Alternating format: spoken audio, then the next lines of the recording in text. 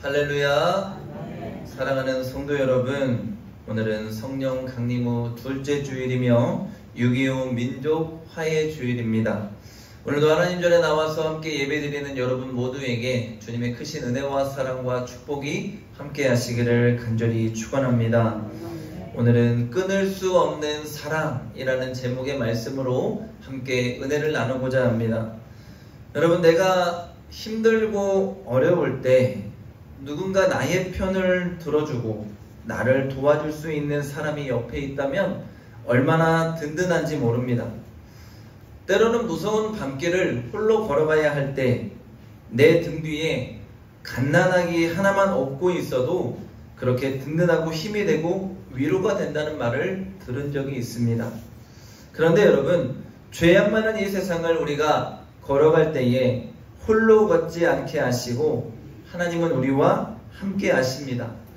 물론 우리와 함께 걸어가는 옆에 있는 우리의 동역자들이 있지만 주님은 우리만이 아니라 내가 세상 끝날까지 너희와 항상 함께 하겠다고 말씀하시며 성령으로 주와 함께 이 땅을 살아가게 도우시는 줄로 믿습니다. 오늘 여러분 26절을 보시기 바랍니다. 성령께서 우리의 연약함을 도와주시겠다고 약속하십니다. 여러분, 오늘 우리는 하나님의 자녀로서 아버지 하나님의 품 안에서 살아갑니다. 주님은 그런 우리를 도와주시겠다고 약속하십니다. 오늘 우리가 주님의 나라에 이를 때까지, 이 땅에 주님의 구원이 완성될 때까지 연약한 우리를 주님은 도와주시겠다고 하십니다. 오늘 성령 하나님은 우리를 위해서 기도하신다고 합니다. 말할 수 없는 탄식으로 우리를 대신하여 간구하여 주십니다. 여러분, 우리가 신앙생활하면서 매일매일이 성령이 충만하고 은혜가 충만하면 얼마나 좋겠습니까? 마는 그렇지 못할 때가 많다는 거예요. 그런데 여러분, 나라는 자신을 한번 돌아보세요. 죄 지을 때도 많고 변덕스러울 때도 많고 넘어질 때도 좌절할 때도 절망할 때도 신음할 때도 얼마나 많이 있습니까? 이렇게 우리는 연약한 존재라는 거예요. 그런데 주님이 우리를 위해서 마땅히 기도할 바를 알지 못하고 있는 나를 위해서 대신하여 간구하여 주신다고 합니다. 여러분, 대신하여 기도하여 주시고 나를 위해 하나님의 뜻대로 간구해 주신답니다. 여러분, 이 말씀이 얼마나 큰 위로와 힘이 되는 말씀인지 모르겠습니다. 여기서 여러분, 우리가 눈여겨봐야 할 단어가 있습니다. 바로 하나님의 뜻대로 성도를 위하여 간구하여 주신다는 거예요. 여러분, 우리의 기도를 한번 생각해 볼게요. 은혜가 떨어져요. 시험 가운데 있어요. 환난 가운데 있어요. 나의 상황이 이렇다고 하면 우리의 기도가 뭐라고 기도할지는 뻔히 답이 나와 있습니다. 세상 가운데 여러분, 돈의 문제, 건강의 문제, 자녀의 문제에 우리가 탄식하고 있다고 한번 생각해 보십시오. 우리는 하나님을 바로 보지 못하고 내 문제 가운데서 신음할 것이 뻔합니다. 그런데 오늘 마음을 살피시는 이가 세번역 성경으로 보니까요, 마음을 꿰뚫어 보시는 하나님께서 라고 말씀합니다. 내 상태를 하나님이 어때요? 정확하게 다 꿰뚫어 보고 계신다는 거예요. 어떤 문제가 있고 어떤 고난이 있고 어떻게 해결받기를 원하는지는 하나님은 이미 다 알고 계셔요. 그래서 그 문제 가운데 휩쓸려서 아버지 하나님을 제대로 보지 못하고 주의 뜻을 구하지 못하고 늘 문제 가운데 붙잡혀서 하나님 이 문제 해결해 주세요. 이 문제 들어주세요. 이 문제 하나님 주께서 책임져 주세요. 이렇게 바르게 기도하지 못할 내게 내가 연약하지 않도록 나보다도 하나님의 뜻을 위해서 간구하시는 성령님이 계시다고 우리에게 말씀해주고 있는 거예요. 여러분, 문제 가운데 놓이면 우리는 연약해서 주님이 보이지 않아요. 문제밖에 보이지 않을 때가 있습니다. 저도 그랬어요. 저도. 여러분, 한번 생각해 보세요. 그때는 정말로 급했어요. 이거 안 들어주시면 안 될 것 같아요. 내가 이기적이고 연약한 존재라는 것, 여러분 기도하는 것, 기도했던 나의 지난날의 과거들을 보면 아실 거예요. 왜냐면 여러분 응답받은 거 다 기억하고 계십니까? 저도 못해요. 그런데 우리는 그때는 너무 급했어요. 하나님 이걸 꼭 들어주셔야 된다니까요. 세월이 지나고 나서 내가 어떤 기도를 하고 하나님 응답하셨는지를 기억하지 못해요. 그러나 분명한 것은 하나님 응답하셨습니다. 그래서 내 삶 가운데 그 문제와 그 환난과 그 시험을 해결해 주셨어요. 그렇기 때문에 우리는 이런 존재이기 때문에 성령께서는 오늘도 연약한 우리들을 위해서 하나님 뜻대로 구할 수 있도록 탄식하며 기도하신다는 거예요. 사랑하는 여러분, 오늘 우리는 이 땅 가운데서 하나님 아버지의 마음을 알아야 합니다. 여러분, 아버지 하나님의 마음 잘 알고 계십니까? 사람은요, 다 자기중심성이 있습니다. 저는 사람을 믿지 않습니다. 사람은 믿을 존재가 아니고 믿어줘야 하는 존재예요. 사람은 사랑해야 할 존재입니다. 왜요? 아버지 하나님이 나를 믿어주시고 아버지 하나님이 나를 끝까지 사랑해 주시기 때문입니다. 그래서 여러분, 사람을 믿지 않고 사람에게 상처도 받지 않으려고 노력합니다. 한 번은요, 제가 정말로 많은 상처를 받고 내 안에 인간적인 배신감이 얼마나 들었으면 하나님 앞에 기도하는데요, 기도가 나와요, 안 나와요? 안 나와요. 그럴 때는 기도가 나오지 않습니다. 그런데 제 마음속에 기도가 나오지 않으면서 너무 마음의 상처가 크니까 하나님, 예수님도 참 많이 아팠겠네요. 이 기도가 나오더라고요. 예수님도 참 많이 아팠겠네요. 그런데 여러분, 우리 하나님도 참 많이 아팠겠구나라는 그 마음이 드는 순간에 제 마음에 평안이 찾아왔습니다. 쉽사리 사람 만나고 싶지도 않고 대화하고 싶지도 않고 그런 가운데 있는 제게 하나님, 예수님도 참 많이 아팠겠네요. 하나님도 참 많이 아팠겠네요. 이 마음을 주시는 순간에 제 마음에 평안의 마음이 오더라고요. 오늘 이 땅을 살면서 우리는 주님의 마음을 너무 모릅니다. 삶이 바빠서 내 중심적으로만 생각하고 있어서 아버지의 마음을 생각하지 못하는 어리석음을 너무 많이 범합니다. 여러분, 기도하며 늘 아버지 하나님께 묻는 삶이 되기를 원합니다. 주님의 뜻이 무엇인지, 하나님 지금 나에게 무엇하기를 원하시는지, 아버지 하나님의 마음과 뜻이 무엇인지를 늘 소통하며 물을 수 있기를 원합니다. 그때 여러분의 생각이 바뀌고 기도가 바뀌고 여러분의 삶에 인생의 해답이 열어지는 축복이 임하게 될 줄로 믿습니다. 그것이 바로 성령 하나님께서 기도하는 자에게 주시는 은혜요 응답임을 믿습니다. 그렇기 때문에 여러분 뭐 해야 돼요? 기도해야 하는 것입니다.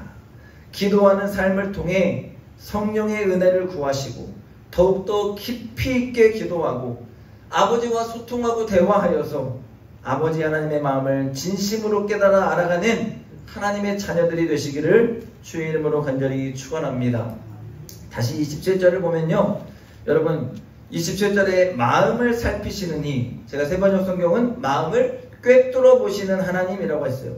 여러분, 하나님은 우리의 마음을 다 알고 계신다고 한번 여러분 생각해 보십시오. 여러분, 굉장히 좋을 것 같지만 어때요? 불편해요. 불안하고요, 부끄럽기도 할 것입니다. 그런데 여러분, 내 마음을 다 아시는 성령께서 나를 위해 뭐 하신대요? 간구하신대요. 내가 세상을 향하지 않도록, 내가 죄악의 길에 서지 않도록, 내가 하나님 잃어버리지 않도록 나를 위해 간구해 주십니다. 자꾸만 우리는 하나님을 잃어버리고 죄의 길에 서려 하고 오만한 자리에 앉으려 하고 주의 마음을 아프게 하기에 주님은 나를 깨닫게 하시려고 지금도 말할 수 없이 탄식하며 간구하며 기도해 주시는 것입니다. 그러니 여러분, 저는 깨닫습니다. 내가 잘못한 것을 깨달을 때가 있어요. 기도하면서 내가 알지 못하는 것을 알게 하실 때가 있어요. 또한 내가 가야 할 길을 깨닫게 하시고 내가 해야 할 일을 알게 하실 때가 있어요. 여러분, 그때에 내가 기도 잘해서, 내가 은혜가 충만한 사람이어서, 내가 성령의 사람이어서가 아니라 오늘 그 성령께서 나를 위해서 말할 수 없이 탄식하며 기도하시기 때문에 하나님이 나를 알게 하신다는 거예요. 깨닫게 하신다는 거예요. 그러니 여러분, 그런 은혜가 여러분에게 임할 때마다 당연하게 여기지 마십시오. 여러분의 그 응답을 위해서 성령께서는 말할 수 없이 탄식하며 깨달아라 아들아, 깨달아라 딸아, 하나님의 뜻이 이것이라고 알려주기 위해서 말할 수 없이 탄식하며 통곡하며 기도하신다는 거예요. 사랑하는 여러분, 오늘도 성령께서 주님의 마음을 깨달으라고 우리에게 말씀하십니다. 주님의 마음을 깨닫고 주와 함께 이 길을 가자고 하십니다. 그 주님의 은혜와 감사가 여러분의 심령 가운데 있을 수 있기를 주의 이름으로 간절히 축원합니다. 그럼 여러분, 하나님 마음을 내가 알고 주님은 나의 마음을 알아서 그렇게나 탄식하며 기도해 주신 이유가 뭘까요? 오늘 말씀 가운데 합력하여 뭐래요? 선을 이루기를 원하신다고 하십니다. 오늘 성령 하나님이요, 내 안에 오신 이유는요, 주의 일을 하기를 원하셔요. 그런데 혼자 죽으라고 뼈 빠지게 일하는 게 원하는 것이 아니고 뭐 하래요? 합력하여 선을 이루래요. 함께 하나님의 선을 이루기 위해서 살아가라고 말씀합니다. 여러분, 어떤 일에 있어서 우리는 두려움이 앞설 때가 있어요. 저도 그렇습니다. 특히 주의 일에 있어서도 동일해요. 입술로는 하나님 하실 것을 믿습니다라고 고백하면서도 마음으로 불안할 때가 있어요. 채워지지 않으면 어떡하지? 날씨가 안 좋으면 어떡하지? 사람들이 안 오면 어떡하지? 인간적인 두려움이 내 안에 엄습할 때가 있단 말이에요. 그런데 여러분, 그러면서도 나 혼자 하는 게 아니지, 나와 함께하는 믿음의 통역자들이 있음을 저는 믿습니다. 동역하게 하실 것이고 합력하게 하실 것이고 하나님은 선을 이루게 하실 것을 믿는 것입니다. 우리는 그 믿음으로 하나가 되어야 할 줄을 믿습니다. 성령 하나님이 우리를 도우시는데 무슨 걱정이 있습니까? 나와 함께하는 나의 형제자매들이 있는데 하나님, 주님이 반드시 일하실 것을 믿고 선하게 가장 좋은 것을 주실 것을 믿습니다. 그 믿음으로 우리가 함께 주의 일을 행하는 것입니다. 그런데 중요한 것이 있습니다. 뭐요? 일을 해야 한다는 거예요. 여러분, 합력하여 내가 일을 해야 하나님도 일하신다는 거예요. 동역자들도 내가 일할 때 함께 일할 수 있는 거예요.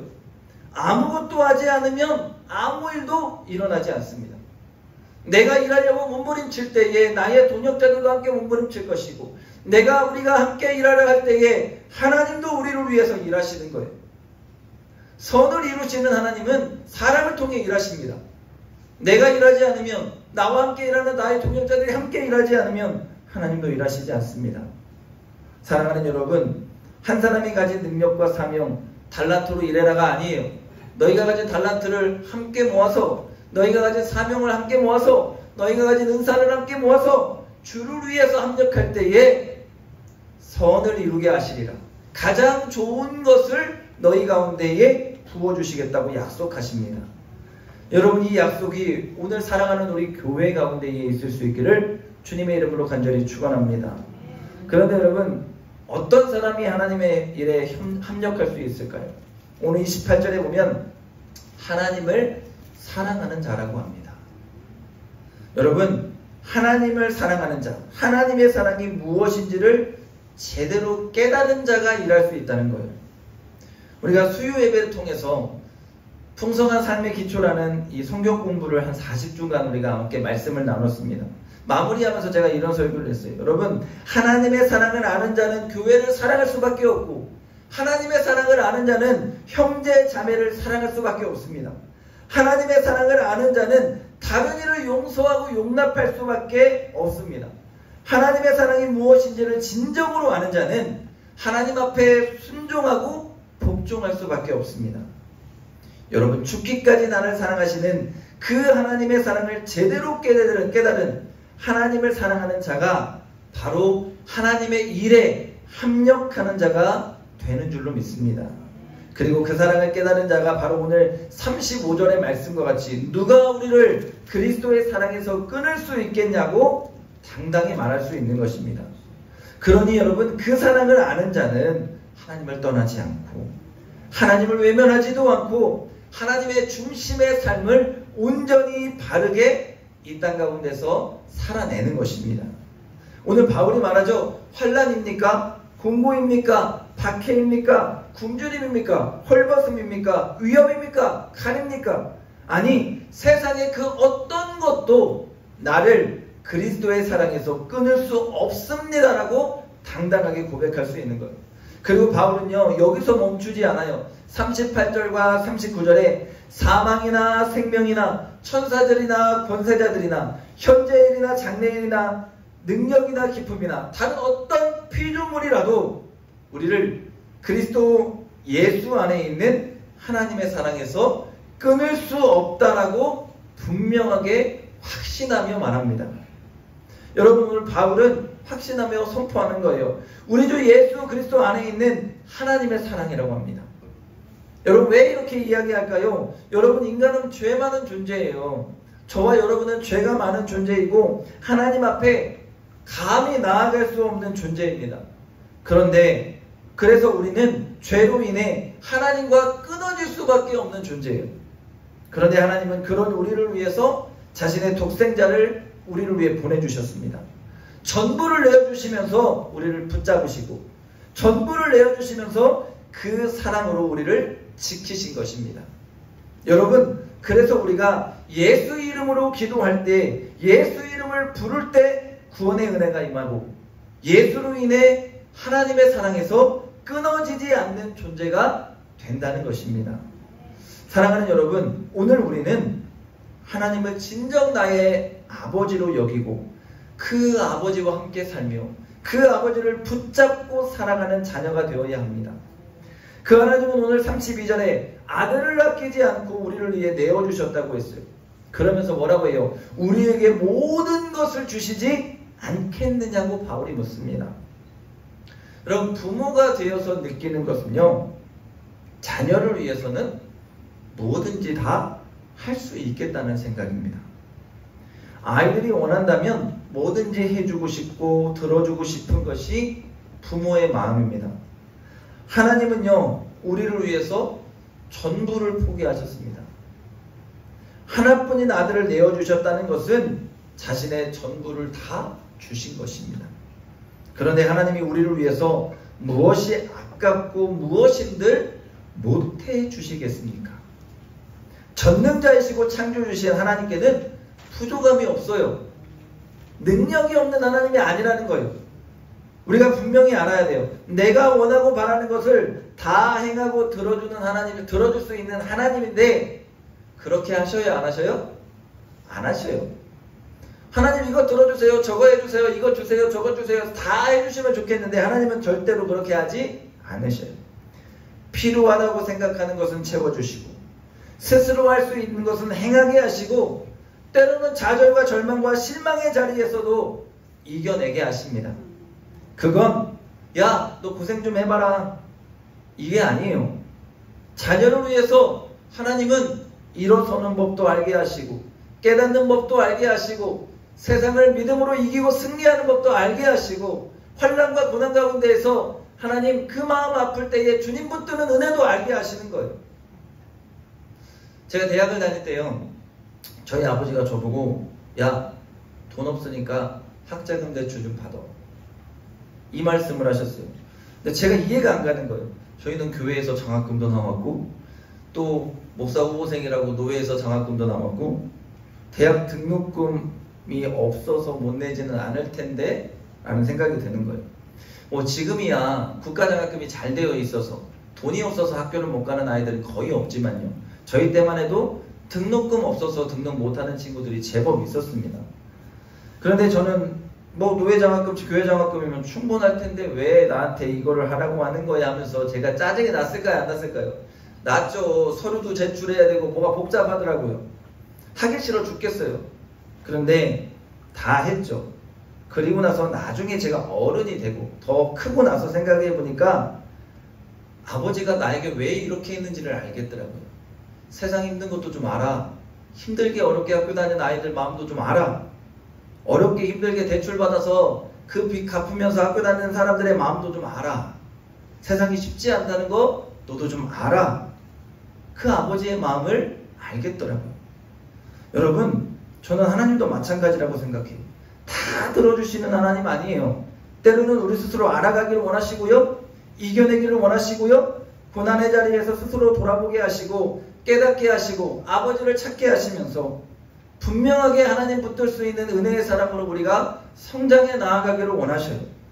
그러니 우리 삶이 언제나 그 하나님의 사랑에 비춰서 우리는 고백해야 돼요. 하나님, 나는 언제나 틀려도요, 하나님은 옳습니다. 하나님은 가장 좋은 것 나에게 주십니다. 그 고백이 오늘 우리의 믿음 가운데 있어야 하는 줄로 믿습니다. 다음으로 여러분 33절과 34절을 통해 우리가 깨닫는 건 예수님이 내 변호인이 되신다는 거예요. 여러분, 어떤 법적인 사건이 터지면 우리가 변호사 쓰잖아요. 변호사. 그리고 법정에 서서 내 변호인이 되어주셔서 나의 모든 변호를 다 담당합니다. 어떤 변호사를 쓰는가에 따라서요, 그 사건의 형량이 다 달라진다는 건 우리가 알아요. 그런데 오늘 바울이 말하기를요, 누가 우리를 저 사람은 죄 많은 사람이라고 고발하여도 우리 예수님이요, 우리의 변호인이 되어주신다는 거예요. 다 책임져 주시고 우리의 죄를 십자가에서 다 용서해 주시면서 그 예수님은 지금도 하나님 우편에서 우리를 위해서 간구하며 우리의 변호인이 되어주신다고 말씀해요.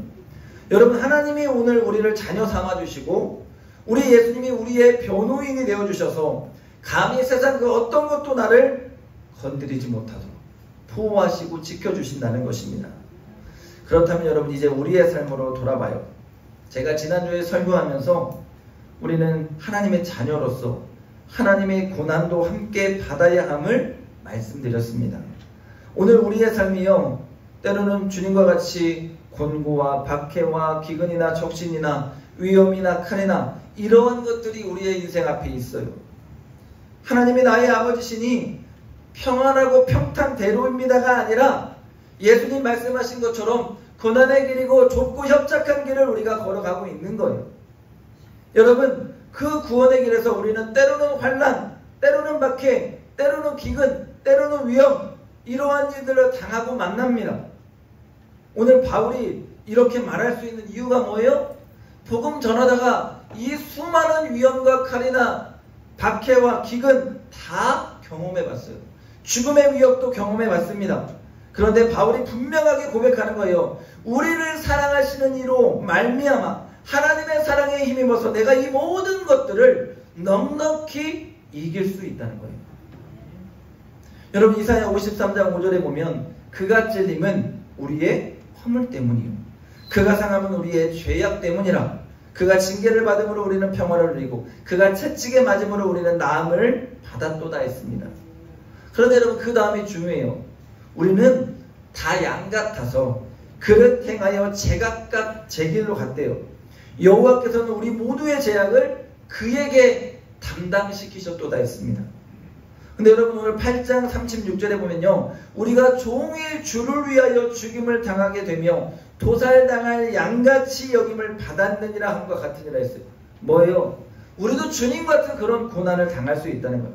주님이 나를 위해 그렇게 다 해주셨기 때문에 오늘도 우리는 그 주님 따라서 도살당할 양같이 여김을 받아도 하나님의 사랑이 내 안에 있어서, 예수님이 나에게 주신 그 사랑이 있어서 그 모든 것들을 다 넉넉히 이길 수 있는 힘이 있다는 것입니다. 여러분, 이렇게 이겨낼 수 있는 것은 내가 하나님 아버지의 아들이라는 것을 알기에, 딸이라는 것을 알기에, 장차 누릴 하나님의 영광을 알고 있기 때문에 그 하나님이 나를 얼마나 사랑하시는지, 그 예수님이 나를 얼마나 사랑하시는지를 알고 있기 때문에 우리가 그 모든 것들을 넉넉히 이길 수 있는 것입니다. 사랑하는 여러분, 우리 하나님의 사랑, 그 예수 그리스도의 사랑은 한 번도 변하지 않고 태초부터 지금까지 이어져 오고 있습니다. 오늘 우리가 그 사랑에 빚진 자요, 그 사랑에 힘입어 살아간다면 오늘 세상 그 어떤 것도 넉넉히 이기며 감당할 수 있는 하나님의 자녀가 될 줄로 믿습니다. 그런데 여러분, 우리가 조금 더 성숙한 하나님의 자녀가 되기를 원합니다. 자녀는 아버지가 모든 것을 주실 수 있는 것을 알지만 성숙한 자녀는 이것저것을 아버지에게 요구하지 않습니다. 설교를 준비하면서요, 잠잠히 제가 생각을 해봤어요. 내가 우리 부모님께 언제까지 도움을 받았지? 라고 생각을 해보니까 결혼할 때까지인 것 같아요. 결혼할 때까지 결혼 밑자금을 제가 모아서 결혼을 했으면 얼마나 좋았을까마는 대학원 때 결혼하는 제가 뭔 돈이 있겠어요. 그러니까 결혼할 때까지 부모님의 도움을 받았어요. 그리고 이제 결혼한 지 한 15년 정도가 지났어요. 지금 돌아보니까 이제 내가 부모님을 조금씩 도와드리려고 해요. 무슨 말이냐면 여러분, 어릴 적에는 부모의 도움을 받아서 살아가야 돼요. 어린아이는 엄마 이거 해주세요, 저거 해주세요, 아빠 이거 해주세요, 저거 해주세요. 청년의 때에는 공부해야 하기 때문에 엄마 등록금 주세요, 아빠 등록금 주세요 할 수 있다는 거예요. 그런데 이제 장성한 분량에 우리가 이르렀을 이때에는 이거 없어요 저거 없어요 라는 말을 못한다는 거예요. 제가 부모님한테 그런 말을 못하겠어요. 가정이 힘들어요 어려워요 나도 돈 좀 주세요 이 말을 제가 할 수 있겠습니까? 못해요. 왜요? 성숙한 자녀에 이르렀기 때문에 그래요. 사랑하는 여러분, 만약에 제가 지금도 이 나이 먹어서 어머니 돈이 없으니까 10만원만 붙이세요 이렇게 얘기한다면 저희 어머니가 무슨 생각을 할까요? 이 새끼를 내가 잘못 키웠구나 이 생각을 할 거예요. 근데 여러분, 하나님 아버지를 생각해 보세요. 여러분, 우리가 아버지를 닮아서 이 땅에서 아버지 원하는 뜻대로 이 땅을 살고 주님의 나라를 향해 달려갑니다. 10년, 20년, 30년, 40년 믿음의 분량이 쌓여갑니다. 때로는 그 길이 고난이고 박히고 기근이어도 묵묵하게 우리가 성숙한 믿음의 자녀가 되어서 함께 주님은 그것을 감당하기를 원하셔요. 지금도 어린아이처럼 이것 주세요, 저것 주세요 해결받기만을 원하는 어린아이의 신앙이라면 하나님 기뻐하시지 않을 것입니다. 여러분, 우리는 하나님의 사랑이면 충분합니다. 예수님의 사랑이면 충분합니다. 그 사랑이 나를 넉넉히 이기게 합니다. 이제 조금 더 성숙한 자녀로서 여러분, 이 땅의 믿음의 삶을 살아내시기를 원합니다. 모든 것 주시기 원하는 아버지 하나님을 마음을 알았다면 이제 그 하나님과 함께 이 땅을 살아가며 믿음으로 아버지 하나님의 기쁨되는 존재로 이 땅을 살아내시기를 원합니다. 여러분, 어떤 것도 내가 하나님 아버지를 붙들고 그 아버지 하나님의 사랑을 알면 어떤 것도 이 사랑에서 끊을 수 없습니다. 오늘도 성령님이 여러분을 응원하며 말할 수 없는 탄식으로 여러분을 위해 기도하십니다.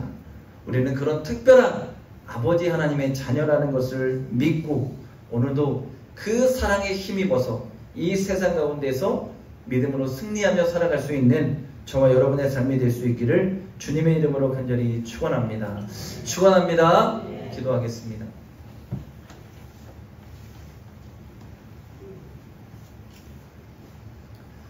좋으신 하나님 감사합니다. 복된 주일을 우리에게 허락하시고 오늘도 주 앞에 나와 신령과 진정으로 예배드리며 주님의 귀한 말씀을 듣게 하시니 감사합니다.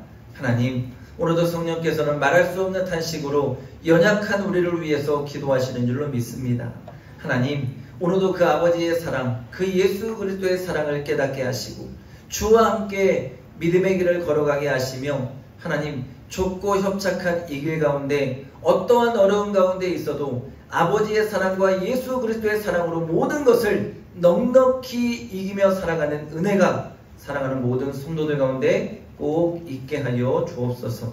감사드리며 예수님의 이름으로 기도합니다. 아멘.